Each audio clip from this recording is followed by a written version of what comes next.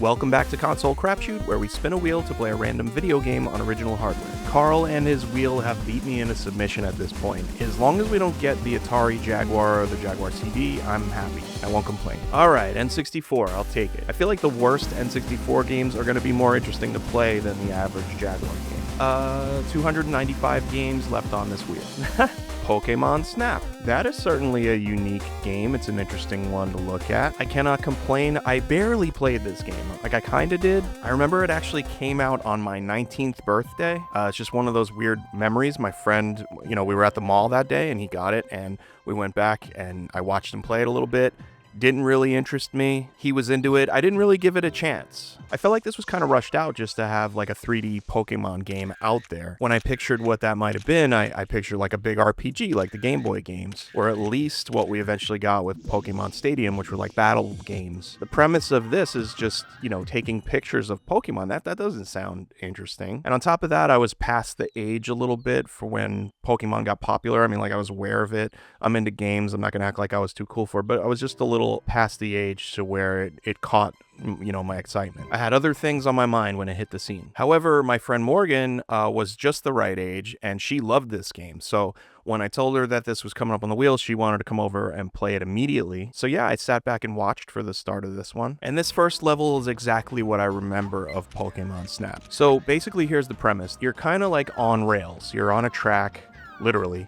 And there's kind of a script that's playing out. Every time you play the same level, the same thing happens. You can cause different things to happen, but you kind of learn the script. You know when this Eevee jumps out, and you basically want to get him perfectly centered. You want to get him to take up as much of the frame as possible without it cutting the Pokemon off. And you want to get them in a good pose. If you do all of those things perfectly, you can get a really high score. And as you go, you unlock new tracks, like new areas. Each one of those new areas has a different script to it. So you might get a good shot of this guy here, and then the next time you come across him, or you might come across him in the same part of the script, or you might come across him in another track, another area, and you might get a better shot. And at the end, the game takes the best shot. You pick your best shot of each Pokemon, and it compares that to your previous best shot of that Pokemon. And every time you get a better shot, a higher scoring shot, it overwrites that. Now that's your best shot. You're always trying to outdo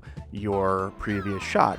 And I have to say, I was sitting here watching this, and I'm like, this is kind of fun. I get the gameplay. I mean, like, yeah, on the surface, it's like, oh, I'm going to take pictures of low polygon Pokemon. That sounds boring, but the gameplay is actually, it's really solid when you think about it. It's a little bit addictive. You can improve as you go, and it saves your progress, and you're always outdoing, you're basically competing with yourself. And I appreciate that a lot more this time around. I actually get it now. As I'm watching her playing it, I'm anticipating when it's my turn. That didn't happen the first time I came across this game. You eventually unlock some items. The first item is apples. So like, if you throw an apple, you can wake a guy up or get him to come out and eat the apple or pose. They get excited because of the apple, and then you get a better shot. Some of the courses you unlock simply by beating the previous course. Some of them you have to unlock by causing something to happen. You also have to watch your film. You only have a certain amount of shots. So this is what happened to us. We got to the end of this level,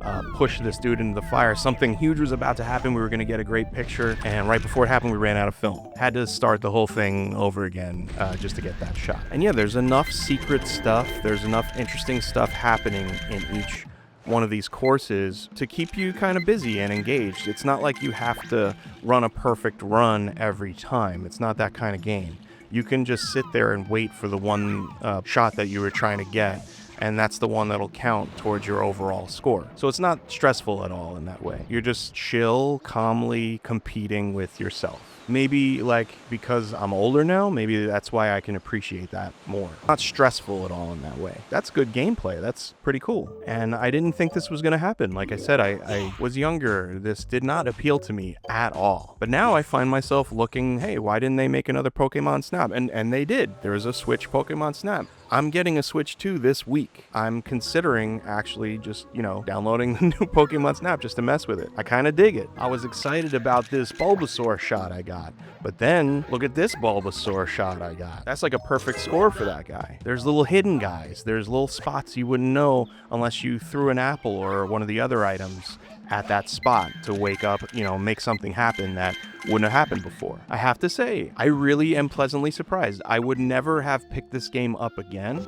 having experienced it when I was younger. And now I'm like, oh, this game is great. This is a very pleasant gaming experience. So surprised. So I guess we should score this thing. What did we think of Pokemon Snap for the Nintendo 64? Man, I was thinking before when I spun this game, I'm like, I'm gonna give this a high 2 or low 3 or something. After all, it's a Nintendo game. It's gonna run fine. It's not gonna be horrible. It just probably isn't gonna be my thing. More of something that's just gonna be exciting for kids who want to see 3D Pokemon on their N64. But leave it to Nintendo. Good gameplay is good gameplay. This is a solid 4 out of 5. I'm not ashamed to say it. It's just good, like in a completely different kind of way than some other games that might be your thing. It's just chill, and you like to see your scores go up. You like to see your overall numbers go up. That's kind of one of the cornerstones of what made gaming a thing in the first place. So yeah, in other news, I wanted to ask you guys, I want to take a little bit of a poll. A lot of you guys watch every episode. I don't want to say every week anymore because it's not quite that. But if you wouldn't mind commenting and letting me know, would you want me to add PC games onto the wheel? Specifically retro PC games. I know it's console crapshoot, but it's also a show about gaming and playing a random game, and that's such a big chunk of gaming that is missing, So I don't have an actual original hardware, originally old PC that I could play on and capture on. I'd be playing on a new PC, but I can do that. I've got a good setup for that. Would you want older PC games on the wheel? And then what constitutes as older? What's retro? Like anything over 20 years is kind of like maybe my rule of thumb. What do you guys think? Or should we just keep PC completely off the list? I'm open to go either way. I just, I don't know, was thinking about it. Want to know what y'all think. But anyway, hope everyone's having a great holiday weekend, and we'll see you next time. Bye.